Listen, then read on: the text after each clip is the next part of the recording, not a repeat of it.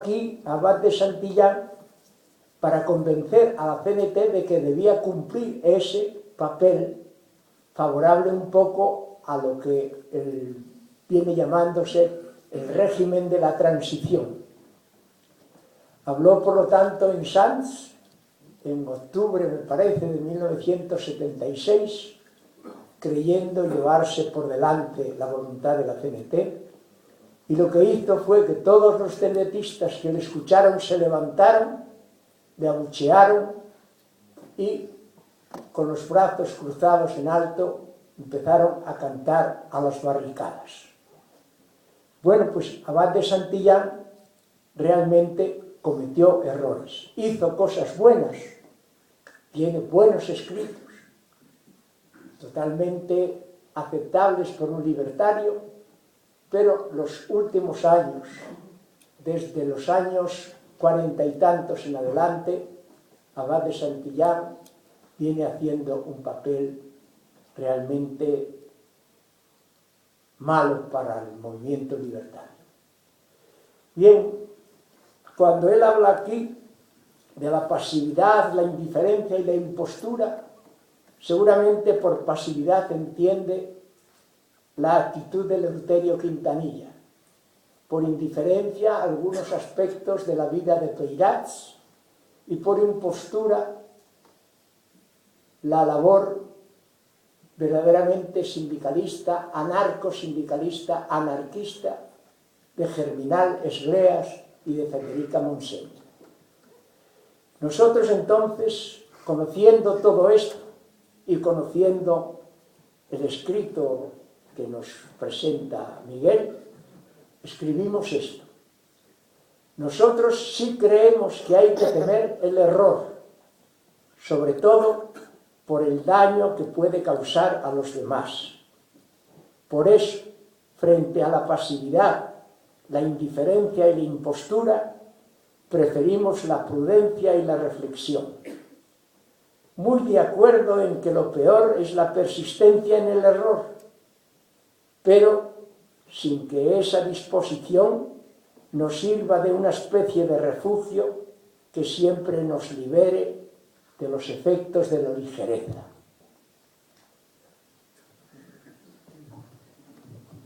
Bueno, se me coló Abad de Santillán. Tengo aquí anotado que era 1946 y en un encuentro amplio con la gente en el exilio en Francia. Bueno, el hombre llevó su trayectoria, bueno, tú la has mencionado, ¿verdad?, cómo se va deteriorando. Pero yo, el pronunciamiento del 1946, entendí que podía ser interesante. Pues cambiamos, dejamos a este hombre, al Abad y pasamos a otro que es muy breve. El sistema de la representación democrática es el de la hipocresía y el de la eterna mentira.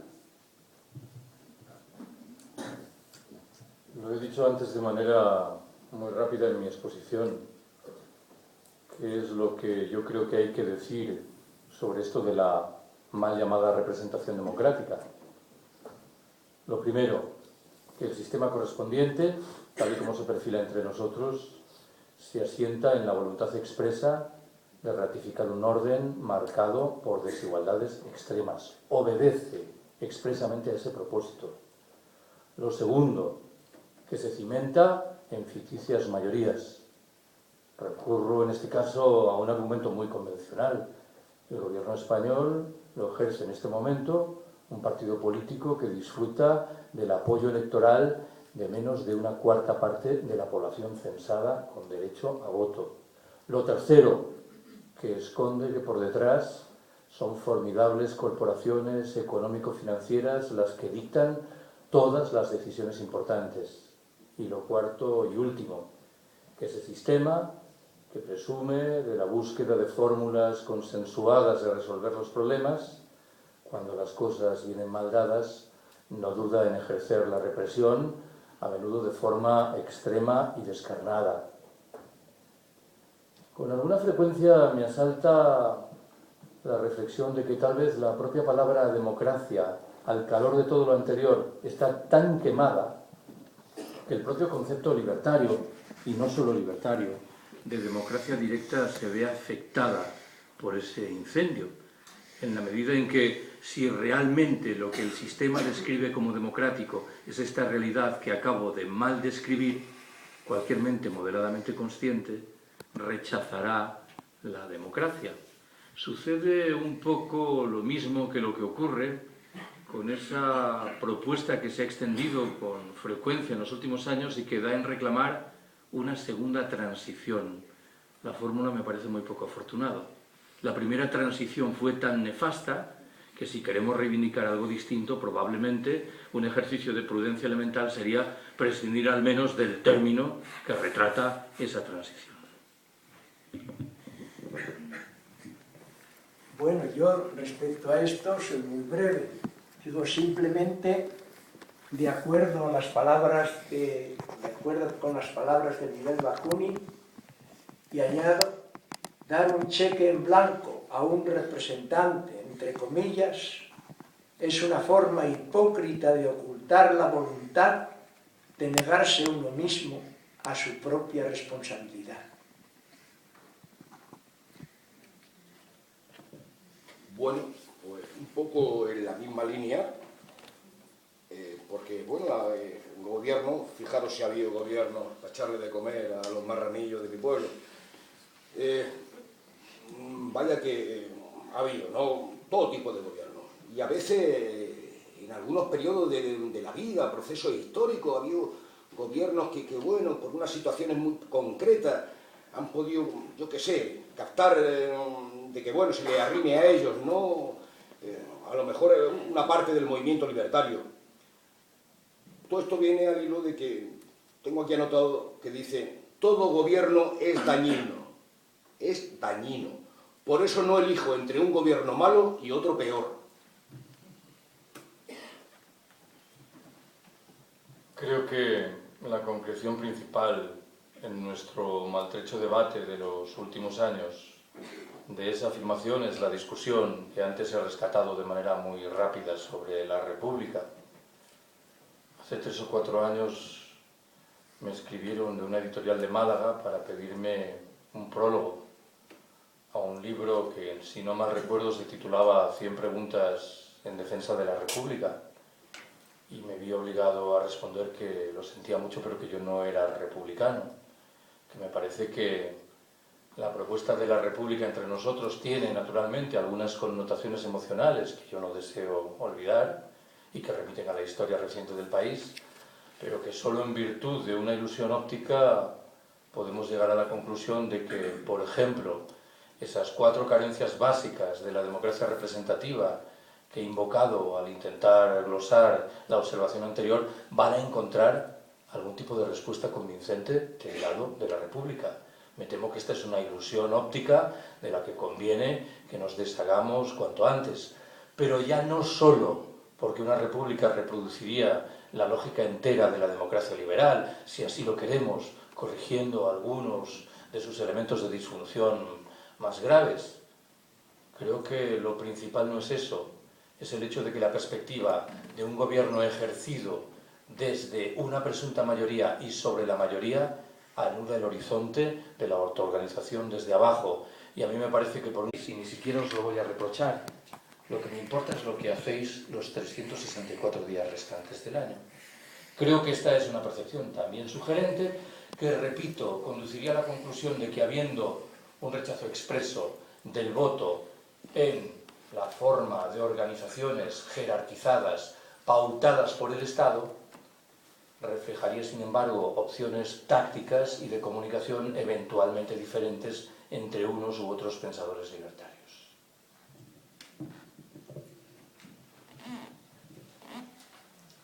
La rebelión ha de ser tanto individual como social.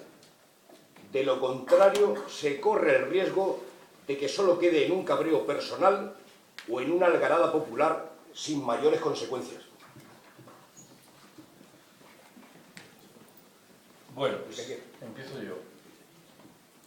Hace no mucho, en un acto público, no recuerdo bien dónde, alguien planteó como obstáculo al despliegue de un proyecto libertario el individualismo creciente que marcaría de manera poderosa el derrotero de nuestras sociedades. Debo confesaros que me sentí un tanto incómodo en el recinto teórico que proponía la pregunta. ¿Por qué? Porque yo creo que un libertario es también un individualista. Si no hay un proyecto decidido, encaminado a defender la autonomía personal, no hay un proyecto libertario. Claro, un libertario es eso y es al mismo tiempo algo diferente. Alguien que abraza un proyecto colectivo y social. Pero ojo, no olvidemos la dimensión honestísima de defensa de la individualidad. Hace 3 años publiqué una antología de pensadores libertarios, anarquistas y afines. Y recuerdo que un buen día un amigo en Madrid me reprochó haber incluido entre esos textos uno de quien pasa por ser el principal teórico de lo que se ha dado en llamar el anarquismo individualista, Max Stirner, el filósofo alemán. Y yo le dije que sospechaba que leíamos mal a Stirner. Es verdad que en su obra hay una vocación expresa de defensa del individuo y del individualismo, pero en modo alguno hay un rechazo de las formas de acción colectiva y social. Por eso la contraposición entre lo individual y lo colectivo y lo social me parece que no es propia del pensamiento anarquista. El pensamiento anarquista se asienta en una defensa también del individuo. ¿Por qué? Por una razón de fondo. Creo que en un recinto como este no es preciso que lo explique, pero hay quienes piensan que los anarquistas no defienden la organización. No es así. Lo que rechazan son las formas de organización coactiva, que es algo muy diferente. Y esto implica, claro, poner en primer plano los derechos del individuo como tal. Bueno, el individuo es siempre la reserva inexpugnable que el poder no puede eliminar de raíz. A cambio de eso, el capitalismo y el sistema en general fomentan constantemente el individualismo. Esto es un hecho. Tú mira para ti, no mires para los otros, es decir, privatizar la vida de cualquiera, hacerle más que individuo, individualista. Esto es lo que lleva en el pensamiento clásico anarquista al rechazo del individualismo. En el caso de Miguel Bakunin, por ejemplo, sobre todo en la relación individuo-sociedad, que es primero el individuo o la sociedad. El individuo nace en una sociedad y la sociedad le conforma. Ciertamente no le conforma mecánicamente y por encima de su propia voluntad, sino alternativamente entre su voluntad o mediatizando o forzando esa voluntad, pero la sociedad está siempre presente en cada individuo.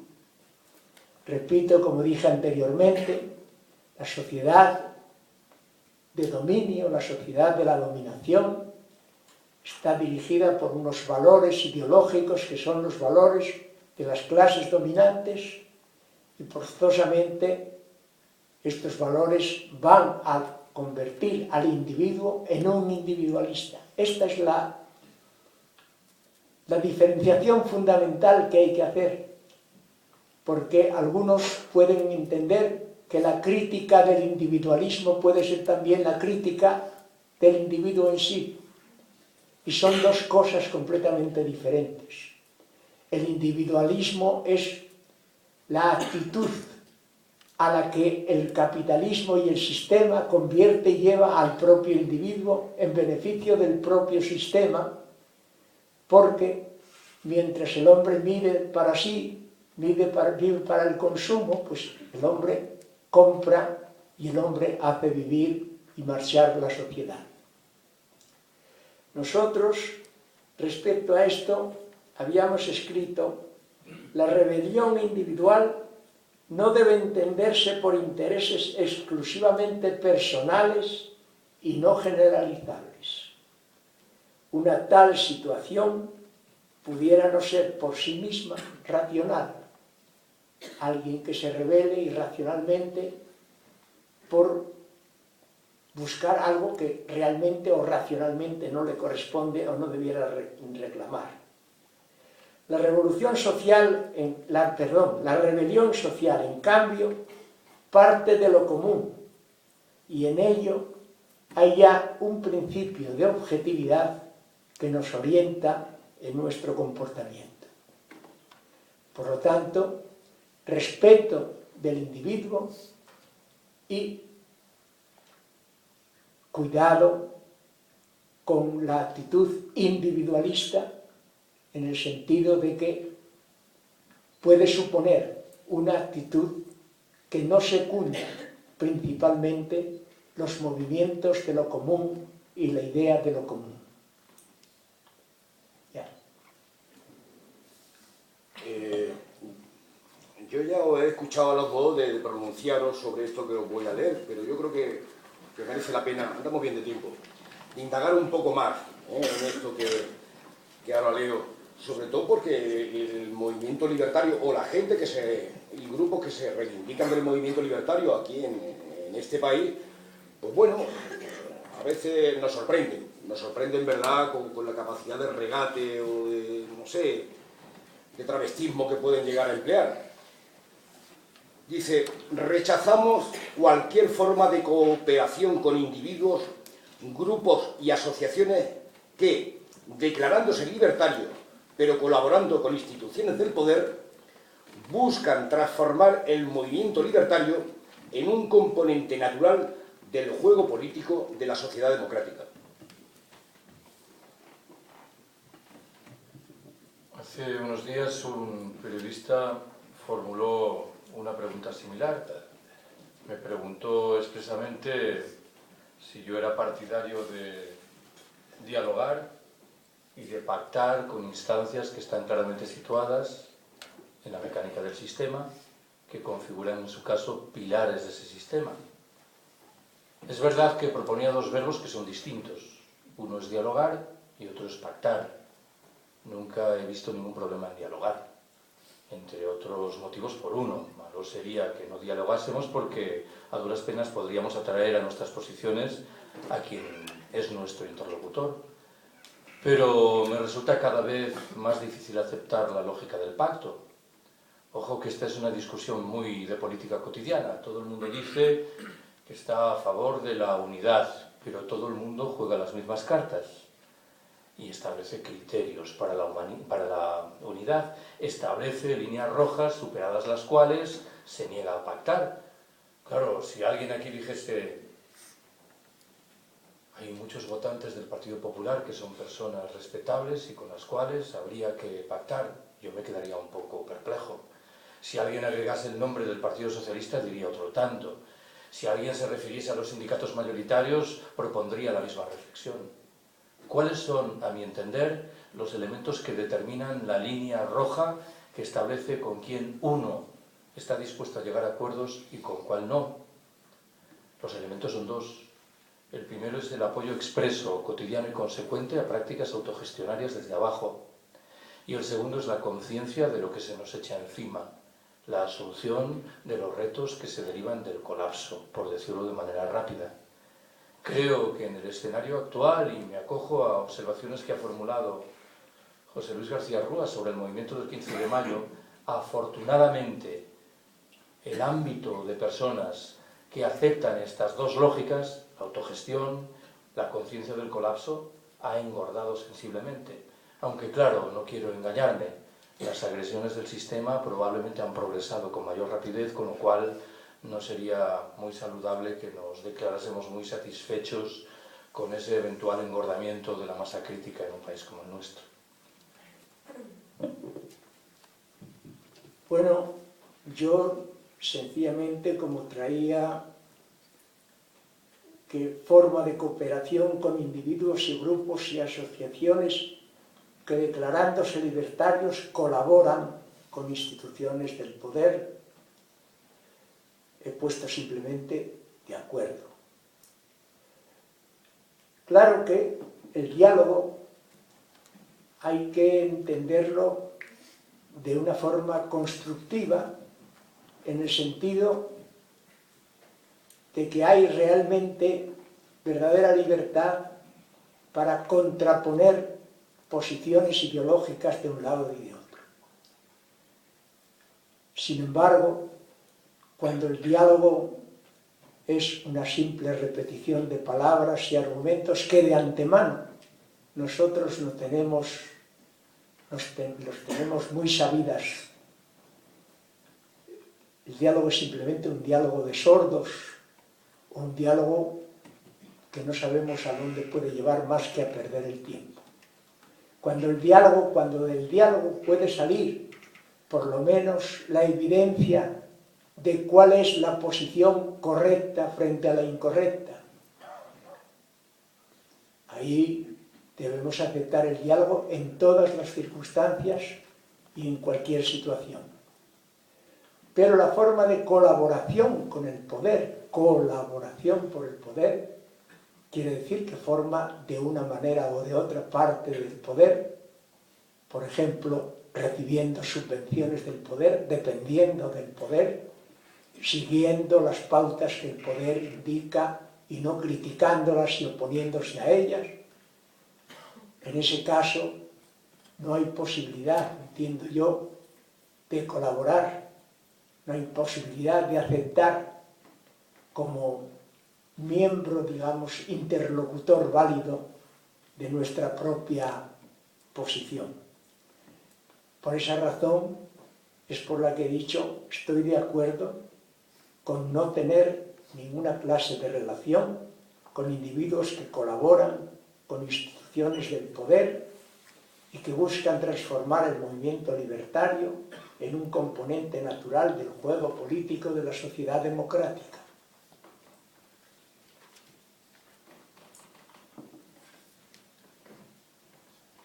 Bueno, con el tiempo andamos bien, pero vamos a ir ya concluyendo. Esto dice aquí que es un aforismo libertario. Dice, ante el tipo de respuesta y enfrentamiento social mayoritario que actualmente se da contra el sistema, concluyo que el desencanto no es más que comprobar que lo que nos temíamos era cierto.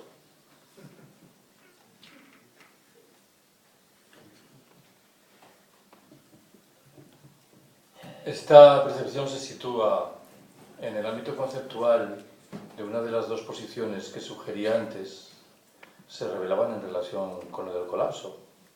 Esa perspectiva que viene a decir, no nos queda más remedio que aguardar a que llegue el momento del colapso, porque será la única manera de que la abrumadora mayoría de nuestros conciudadanos tomen nota de la miseria de su vida cotidiana, de la miseria de la explotación, de la miseria del capital. El argumento antes sugerí que es crudamente realista, pero me parece que puede ser peligrosamente desmovilizador. Me recuerda a unas viejísimas viñetas de la Codorniz. En la primera de las viñetas aparecía un dirigente político que se dirigía a una masa informe y decía, ¿qué preferís, el caos o nosotros? En la segunda viñeta se retrataba a la masa informe que respondía al unísono, el caos, el caos. Y en la última de las viñetas reaparecía el político que decía, pues os jodéis porque somos nosotros.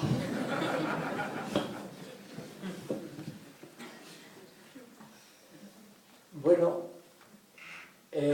respecto a este tema, lo que yo tenía escrito es, si el texto se refiere a la manipulación de masas, estamos de acuerdo con el texto. Es decir, estamos de acuerdo en no secundar los movimientos que se producen, se fabrican, más bien, para responder o sostener ideas que son solamente del interés de unos grupos políticos concretos y determinados. Por eso, decimos, si el texto se refiere a la manipulación de masas, estamos de acuerdo. Pues no son precisamente sociales todos los movimientos que se dan en sociedad. Aunque no debemos olvidar que también hay verdaderos movimientos sociales que se dan en sociedad, y esos, en todos y en cualquier caso, merecen nuestro apoyo.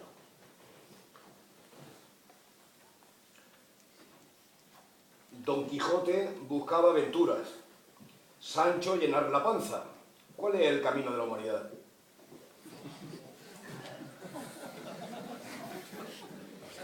Bien, yo respecto a eso, ya hubo risas por ahí seguramente por la intervención de los nombres, y a mí me pareció que se mezclaban cosas que no tenían nada que ver. Independientemente, digo, de la inoportuna mezcolanza de términos, el camino de la humanidad ha de ser siempre el de la superación de todas las contradicciones que traban y perturban el entendimiento de una relación de igualdad racional entre los hombres. Sí, me parece que esta contraposición entre la aventura y la panza, aunque en términos literarios pueda ser muy creativa, en términos de disección de la realidad es poco afortunada, o al menos yo no le veo mayores capacidades de profundización. Me voy a centrar en un brevísimo comentario en lo de la panza. Hay un argumento que he escuchado muchas veces y que se refiere a muchos de los jóvenes del movimiento del 15 de mayo y dice: estos jóvenes han salido a las plazas, han asumido posiciones y comportamientos eventualmente radicales, pero el día en que encuentren un trabajo y se reintegren en plenitud en la sociedad de consumo, abandonarán todo tipo de prurito contestatario o emancipador. El argumento es fácil de entender, y no seré yo quien diga que carece por completo de fundamento. Pero ¿qué es lo que ha cambiado, que a mi entender es muy visible y que obliga a recelar del buen sentido de esa tesis? Pues es el hecho palpable de que esos jóvenes no van a encontrar un trabajo, ni se van a integrar en la sociedad de consumo. Ojo con esto, porque el argumento tiene más peso del que pudiera parecer. Creo que carecemos de perspectiva suficiente para calibrar en qué medida lo que voy a llamar el subconsciente colectivo de una sociedad como la nuestra ha ido cambiando paulatinamente en los últimos años. ¿En qué estoy pensando? Este es un país que ha atravesado sucesivas crisis en los últimos 40 o 50 años, pero eran crisis que tenían, al menos según el discurso oficial, una dimensión temporal muy limitada. Lo que estamos padeciendo ahora es distinto, hasta el punto de que invita a recelar del esquema cíclico de descripción de los hechos, que era el común hasta hace bien poco y que venía a decir: hoy estamos en un momento de crisis y recesión, pero pasado mañana llegará una etapa de bonanza, y luego una nueva recesión, y más adelante otra bonanza. Creo que este esquema cíclico está empezando a encontrar su fin en la cabeza de mucha gente. Admitiré de buen grado que las consecuencias de esto no son fáciles de determinar. Si hay quien dice que esto es un dato positivo a efectos de augurar pautas de conducta revolucionaria en una sociedad como la nuestra, me parecerá que es un pensamiento sereno. Pero hay quien podrá agregar, aducir en un sentido diferente, que a menudo también es este el caldo de cultivo de formas de fascismo, con lo cual debemos mantener los ojos muy abiertos para calibrar qué es lo que ocurre con la panza, tanto cuando está muy llena como cuando está muy vacía. Yo esto de Don Quijote y de Sancho Panza, quizá se la voy a hacer cuando vaya a la concentración de la fábrica de Portinoz, la del Grupo Teca, donde ha habido 13 trabajadores despedidos, entre ellos algunos miembros de la CNT, para preguntarle a los trabajadores, que cuando salen de allí de la fábrica y agachan la cabeza y demás. ¿Y tú qué buscas? ¿Aventura o llenar la panza, cabrón? Bueno, lo último. Los libertarios disponemos actualmente de unos medios demasiado exiguos para enfrentarnos eficazmente al Estado.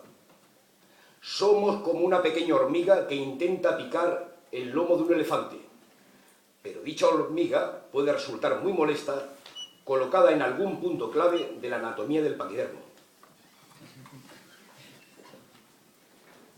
Bueno, respecto a esto, yo había escrito: no se trata de hormigas ni de elefantes.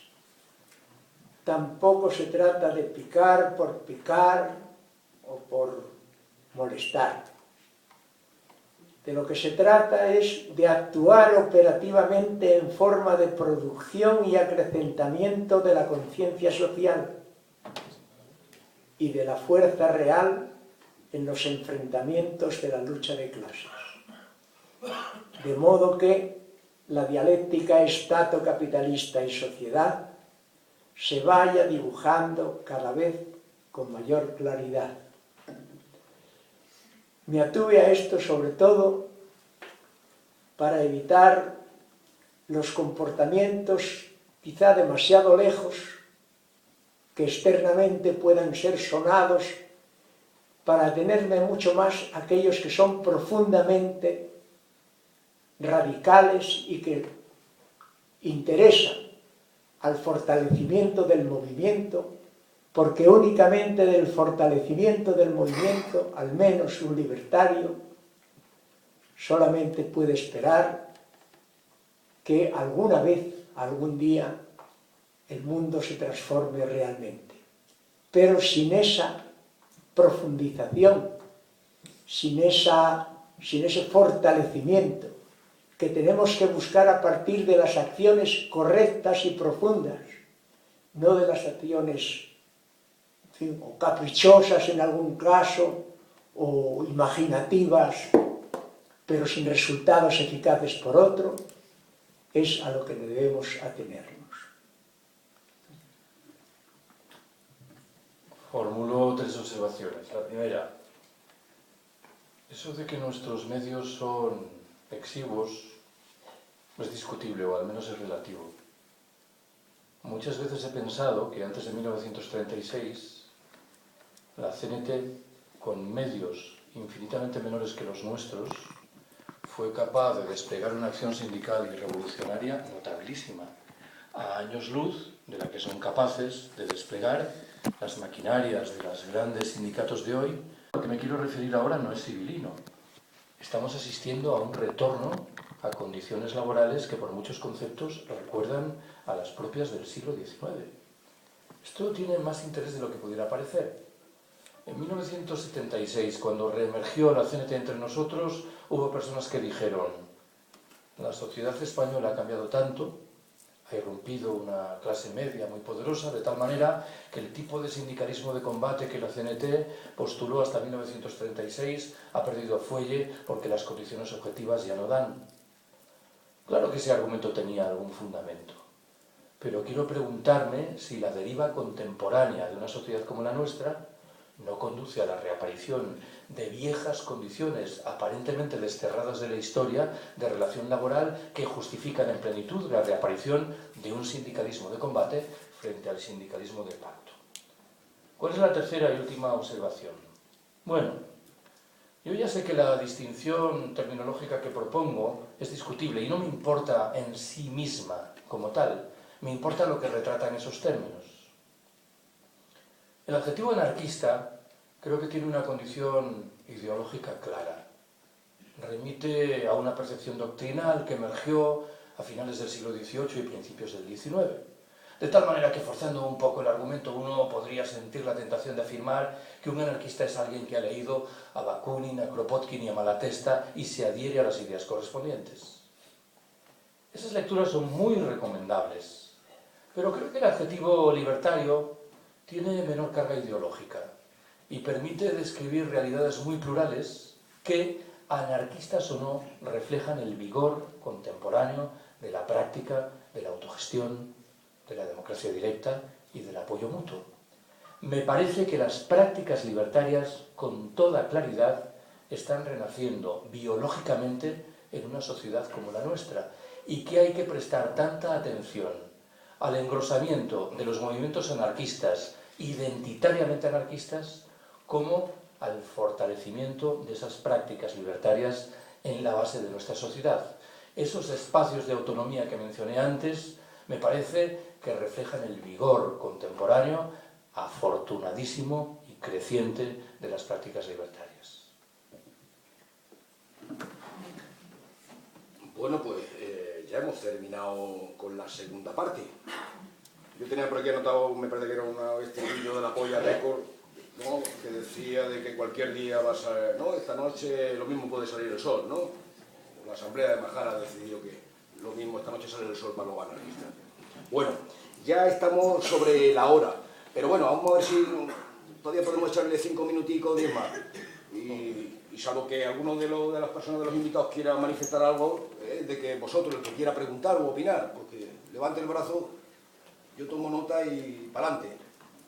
A ver qué dice este hombre.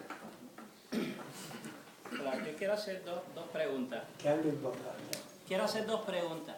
Se ha referido respecto a... Yo no soy anarquista, estoy aquí porque me interesa conocer, porque creo que tienen cuestiones que van con mi manera de comprender la vida. La primera pregunta es, para los dos, aunque quien habló más del leninismo ha sido Carlos, ¿qué creen sobre el caso cubano? Y la segunda pregunta es si tienen conocimiento de la perspectiva del grupo latinoamericano de la modernidad-colonialidad, de pensadores y pensadoras como Santiago Castro Gómez, Enrique Dussel, Catherine Walsh, Silvia Rivera Cusicanqui y todo este pensamiento crítico latinoamericano. Planteo eso porque yo tengo la perspectiva de que el anarquismo padece demasiado del eurocentrismo y que se proyecta también como un proyecto universal y único, el camino del mundo. Hay solo dos visiones, el Estado, no hay otra manera que acabar con el Estado. Yo creo, esa es mi percepción. Entonces las dos preguntas anteriores van en función de eso. No sé si me... No lo oí muy bien, pero vamos a... Bueno, la pregunta es... Sí. ¿Qué opinan de Cuba? Esa es la primera. Y la segunda, si conocen la perspectiva del grupo latinoamericano de la modernidad-colonialidad, de pensadores y pensadoras como Santiago Castro Gómez, Enrique Dussel, Ramón Grofoguer, Catherine Walsh, Silvia Rivera Cusicanqui. Eso. Bueno, respecto a todo eso, en realidad se refiere o se remonta o se reduce a una sola pregunta. La pregunta de si el método del centralismo democrático es correcto o no es correcto. Es decir, centralismo democrático no solamente ya los anarquistas clásicos lo han rechazado, sino el propio Castoriadis ha rechazado el método centralismo democrático como un método de creación de superestructuras, de creación de burocracias y, por lo tanto, de creación de desigualdades sociales. Y esto realmente es lo que, de una manera o de otra, se va dibujando en todas y cada una de las sociedades donde se producen esos movimientos a los que tú aludes. Son movimientos, el movimiento cubano, por ejemplo, pues no hay más que ver, por ejemplo, la diferencia que pudiera haber entre Ernesto Che Guevara y el propio Fidel Castro. No hay más que ver, por ejemplo, la presión que la Unión Soviética hizo constantemente sobre Cuba para que Cuba no fuera una nación con una industria diversificada que pudiera mínimamente bastarse a sí misma. La Unión Soviética siempre pesó sobre Cuba de manera que se atuviera al monocultivo de la caña de azúcar. Simplemente la exigencia soviética era que el precio no lo pusiera Wall Street, que el precio lo pusiera Moscú. Y siempre fue contrario, lo fue hasta la propia muerte, del propio Ernesto Che Guevara, que Ernesto Che Guevara sí confiaba en una revolución continental, pero una revolución que fuera de abajo arriba. Mientras que la Unión Soviética, y a través de ella la propia Cuba, buscara las formas de colaboración con ciertas formaciones de carácter burgués al objeto de tener una determinada influencia en determinados gobiernos y en determinadas naciones. De manera que esto fue lo que llevó a Che Guevara a la muerte en contra del Partido Comunista. El Partido Comunista boliviano se puso enfrente de Che Guevara. Los partidos comunistas afines a Moscú eran totalmente contrarios a la política de una revolución social de carácter popular y eran más bien partidarios de una especie de lo que Rusia proclamó, por ejemplo, en el occidente europeo antes de la Segunda Gran Guerra, los frentes populares. Los frentes populares que eran sencillamente que la clase obrera abdicara de su voluntad de lucha reivindicativa contra el capitalismo, de lucha ideológica incluso contra el capitalismo, y que se aviniera con el capitalismo a un determinado entendimiento al objeto de librar a la URSS de un ataque más directo de las fuerzas alemanas. De manera que esos regímenes, ateniéndose a las condiciones de cada uno de los países donde están, van produciendo pues eso. Por ejemplo, Maduro pues es simplemente un instrumento, un mecanismo del partido, hecho en Cuba y curiosamente yo no sé si pro o contra el propio Chávez, porque el propio Chávez hay testimonios recogidos de él que en su propia muerte decía salvadme, salvadme, es decir, tenía un poco la impresión de que no se había hecho bastante por su vida y que en cambio sí había muchos intereses en que el propio chavismo, que digamos no era una actitud perfectamente ideológica y llevada a cabo a punta de pistola, sino que era un hombre más bien emocional, diverso, confuso, contradictorio, pero, digamos, por lo menos sincero en cuanto al movimiento o a la necesidad de hacer una revolución y un cambio. Pero ahora se va viendo claramente cómo todos esos comportamientos de esas naciones a las que se ha estado usted refiriendo son comportamientos dirigidos clara y perfectamente desde Moscú. De manera que no puede aceptarse desde el punto de vista anarquista la creación de nuevas burocracias, la creación de formas especiales de gente que ocupen unos privilegios que fueron abandonados por otros y que por lo tanto la idea revolucionaria se vaya pervirtiendo constantemente y vaya degenerando la sociedad en donde se haya plasmado. Por lo tanto, creo que en la confrontación de las ideas anarquistas y las ideas, digamos, de centralismo democrático, hay una clara diferencia a favor de las ideas anarquistas. Mi visión sobre lo de Cuba no es muy diferente de la que acaba de expresar José Luis. Yo creo que Cuba, en el mejor de los casos, es una respetable revolución nacionalista de un país del tercer mundo que planta cara al imperio norteamericano.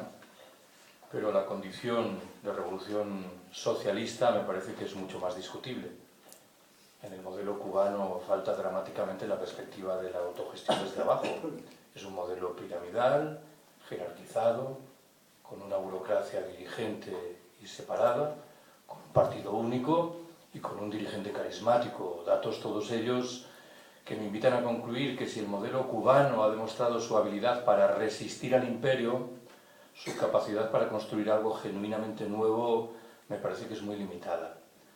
Has planteado una segunda pregunta muy interesante que me temo que José Luis no ha escuchado, porque me interesaba más su respuesta que la mía.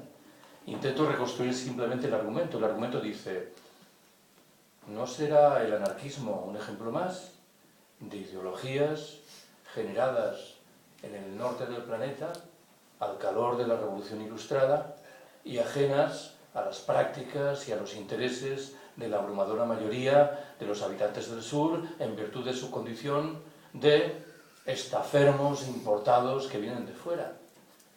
Es una discusión interesante que reclamaría de un esfuerzo de análisis de la realidad que, a mi entender, hasta ahora nadie ha realizado en profundidad. Ese análisis, en cierto sentido, podría volcarse de la mano de las categorías anarquista y libertario que acabo de manejar. ¿Cuál es ese sentido? Es verdad que en muchos países del sur ha habido y hay movimientos identitariamente anarquistas, que es posible que en algunos casos sean merecedores de esa crítica, de haber transmitido una cosmovisión que llegaba del norte de forma muy ajena a las realidades cotidianas de los países del sur.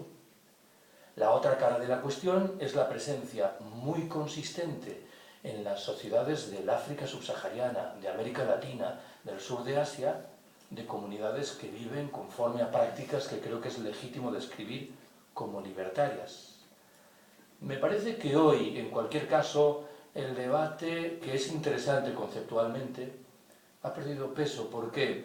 Porque creo que en los movimientos anarquistas hay una conciencia muy clara en lo que respecta al relieve de esas comunidades libertarias, y en esas comunidades libertarias hay una comprensión general de que las herramientas conceptuales que ofrece el anarquismo son muy interesantes a la hora de explicar y profundizar a aquello que son.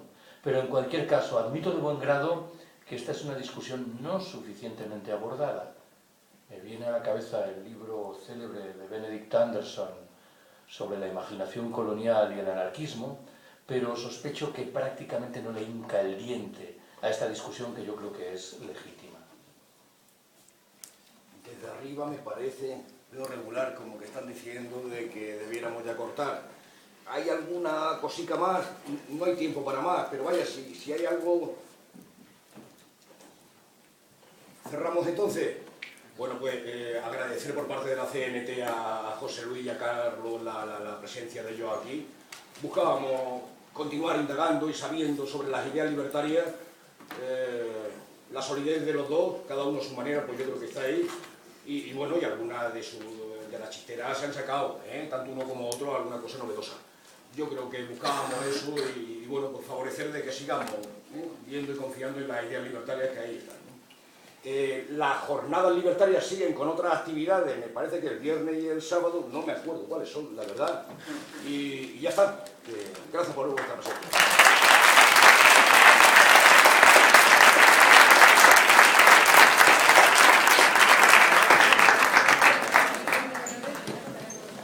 Gracias, Carlos. Muchas gracias.